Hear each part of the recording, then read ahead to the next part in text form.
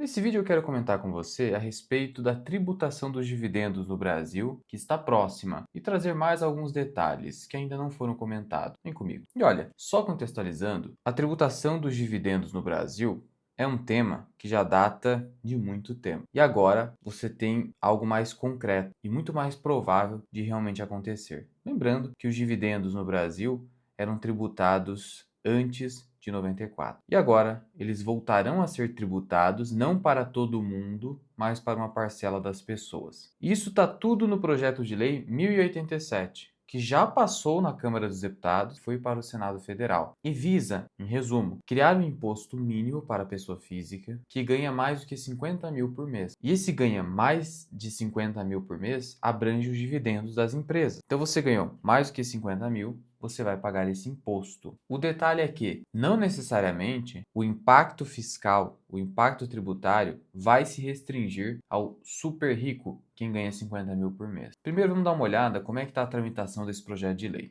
Para isso, você vai no site do Senado Federal e procura o projeto de lei 1087 de 2025. O que ele prevê? A redução do imposto sobre a renda devido nas bases de cálculo mensal e anual. E aqui o que é essa redução? É a isenção para quem ganha até 5 mil reais. Então essa tributação dos dividendos serviria, teoricamente, para compensar a renúncia de receita dessa redução do imposto de renda para a pessoa física, deixando quem ganha até 5 mil reais por mês isento. E a tributação mínima para pessoas físicas que oferem altas rendas, e o critério é 50 mil reais por mês. A opinião pública, e aqui reforço o que eu disse, é provável que passe esse projeto. Ela é favorável ao projeto. A maioria diz sim. A última ação da tramitação do projeto foi o envio à Comissão de Assuntos Econômicos, que vai dar o parecer a respeito da matéria. Aí tem as emendas, tem os debates, mas é provável que passe nesse ano. E o texto original do projeto diz o seguinte no artigo 6º-A, que vai ser o artigo 6º-A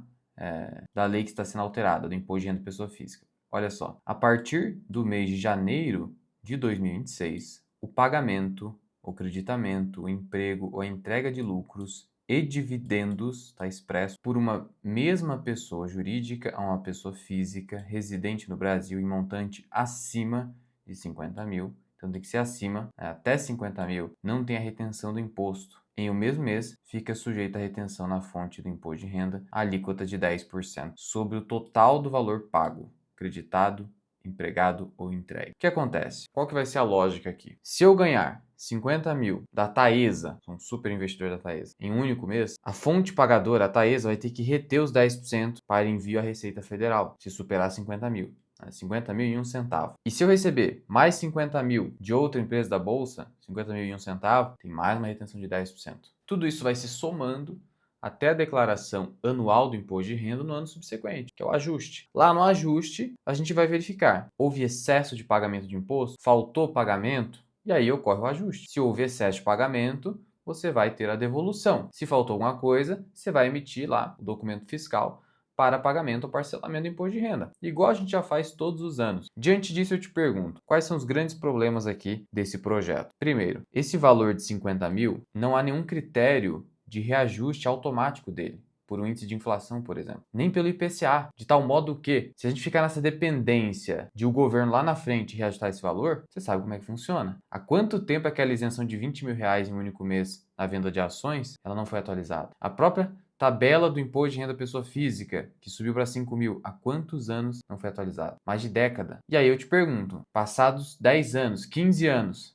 esses 50 mil vai ser grande coisa? Na prática, a classe média vai estar pagando esse imposto. Então, esse é o primeiro problema. Intencional. O governo faz isso de forma intencional. Congresso, governo. Beleza. Segundo problema. Por mais que somente os grandes investidores venham a pagar esse imposto, na prática você pode ter o seguinte efeito contra os pequenos investidores, que é o seguinte: eu sou um grande investidor, então eu estou dentro do bloco de controle da empresa, ou sou um investidor relevante que tem mais de 5% de uma empresa, da Bolsa de Valores. Eu não vou ser otário de aprovar pagamentos de altos dividendos. Eu vou restringir o máximo possível. Talvez seja melhor até mesmo alterar o estatuto da sociedade anônima para prever um payout inferior ao que vem sendo praticado e talvez até inferior ao mínimo legal, porque a lei das sociedades anônimas fala em 25% do lucro líquido, salvo se o estatuto não prevê um número menor. O estatuto pode. Então eu poderia alterar o estatuto para isso, para, sei lá, colocar lá 10% de payout, 15%, eu não me surpreenderia com esse tipo de movimento em várias empresas. E aí, na prática, de maneira indireta, o pequeno investidor, todo mundo aqui que está assistindo o vídeo, a grande maioria, o que vai acontecer? Não vai ganhar o dividendo que esperava. E isso vai prejudicar a estratégia de dividendos, porque o fluxo de renda vai ser reduzido. Ou então existe outra possibilidade, que eu vi quase ninguém comentando, que é a seguinte: para evitar tantas retenções de imposto, de pagamentos altos, a empresa pode aumentar a frequência de pagamentos. Como assim, Luan? Vamos lá. Vamos pegar aqui o exemplo da BB Seguridade, que só paga dividendos, inclusive. Vamos aqui na seção de dividendos da BB Seguridade. Note o seguinte: dividendos, um pagamento em agosto e outro pagamento em março. E aí a gente já volta para o ano anterior. Um pagamento em agosto, outro pagamento em fevereiro. 2 pagamentos em um ano. Pagamento em frequência semestral. Sendo assim, fica muito mais fácil de você ter um pagamento alto na BB Seguridade do que numa empresa que paga trimestralmente ou até mensalmente, como os bancos brasileiros Itaú, Bradesco e Banesp. Você não concorda? Então é bem provável que, em não havendo redução do payout, eu acredito que algumas empresas vão reduzir o payout, mas outras vão fazer o seguinte: aumentar a frequência de pagamentos. Então, ao invés de a BB Seguridade pagar de forma semestral, talvez ela venha pagar de forma trimestral ou até bimestral ou, quiçá, mensal, para evitar a retenção desse imposto. Porque vamos lá, se de forma semestral eu recebo 60 mil reais de BB Seguridade, supondo que eu seja um investidor com muito dinheiro investido em BB Seguridade, eu vou sofrer essa retenção de 10% sobre o todo. E aí depois faz o ajuste, tá? Como que eu evito essa retenção? Ora, se eu recebo 60 mil por semestre, eu recebo 120 mil por ano de BB Seguridade. E se eu pegar esses 120 mil e dividir por trimestre? A gente tem 4 trimestres no ano, então eu estou falando de pagamento de 30 mil por trimestre. Logo, não tem a retenção, porque a retenção é obrigatória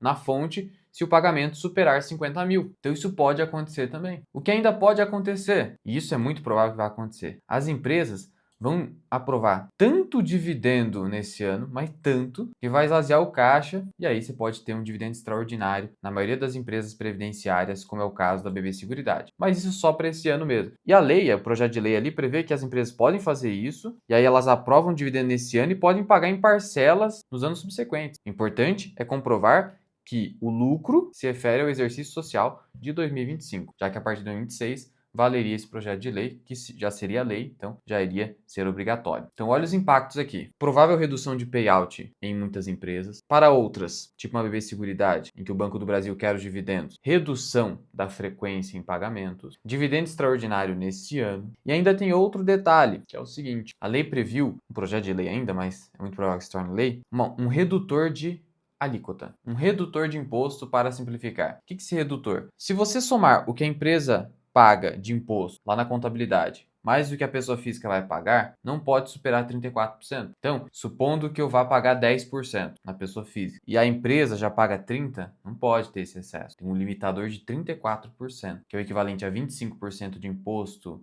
de renda pessoa jurídica, mais 9% de contribuição social sobre o lucro líquido, que são os impostos federais sobre a renda da pessoa jurídica. Não pode ultrapassar isso. Só que muitas empresas da Bolsa de Valores, já mostrei aqui em um outro vídeo, elas possuem uma alíquota inferior a esses 34%. Tem empresa que a alíquota é inferior a 15% a alíquota efetiva. Ainda tem o efeito do juros sobre capital próprio, que reduz a base de cálculo do imposto, porque é despesa financeira, eu posso fazer a dedução da base de cálculo. Então, poucas empresas do setor financeiro vão se beneficiar dessa redução, desse redutor. Só para você ter uma ideia, a Porto Seguro tem uma alíquota efetiva que varia entre 30% a 33%. Nem a Porto Seguro alcança os 34%. Então existe uma minoria de empresas, uma minoria, em que esse redutor realmente será aplicável aos investidores. Então, na prática, esse redutor não vai ser muito útil para a maioria das pessoas. Então, a gente pode esperar uma mudança de comportamento do nosso mercado financeiro, mudança de hábito do investidor e mudança de hábito na gestão das empresas, na alocação de capital, em que, para resumir, a gente pode esperar menos dividendo e mais recompras de ações para muitas empresas. Para aquelas que vão continuar pagando altos dividendos, vão aumentar a frequência nos pagamentos para evitar as retenções na fonte. Haverá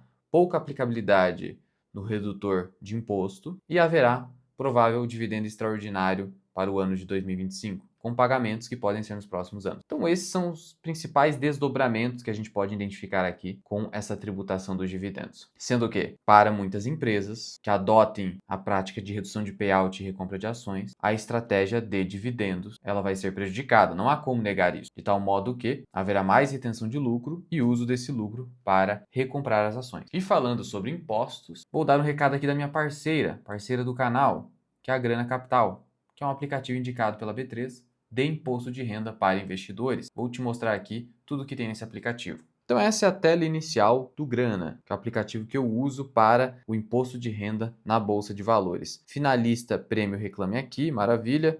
O que nós temos aqui principalmente?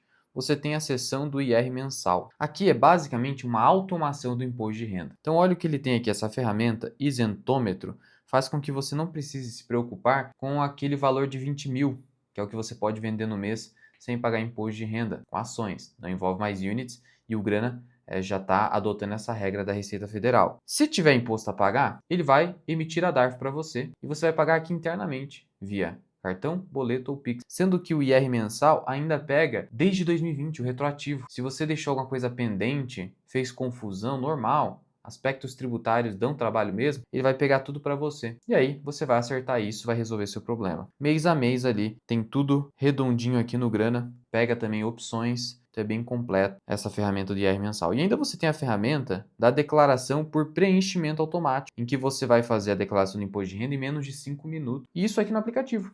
Muito tranquilo, bem fácil, 5 minutinhos você resolve e manda tudo para a Receita. E assinando o plano Mais Grana, que é o mais completo de todos, no link aqui da descrição e no primeiro comentário fixado, você vai garantir o IR mensal por 12 meses e já a declaração do ano que vem. E o melhor, você está com um desconto muito bom agora, com o cupom Mirai, que vai te dar 25% de desconto. Não bastasse isso, você tem aqui uma seção gratuita de proventos, onde você acompanha os proventos da sua carteira. Então você tem aqui um acompanhamento de renda mensal, renda passiva, você tem o IR mensal e você tem a declaração por preenchimento automático. De novo, o link está na descrição e no primeiro comentário fixado e utilize o cupom MIRAI para obter 25% de desconto no plano Mais Grana. Mas e aí, você tem mais alguma dúvida a respeito dessa tributação dos dividendos? Se tiver, deixa aqui nos comentários. E aqui em cima eu vou deixar um vídeo para você, onde eu te mostro como você usa o Grana para fazer a declaração do imposto de renda em menos de 5 minutos.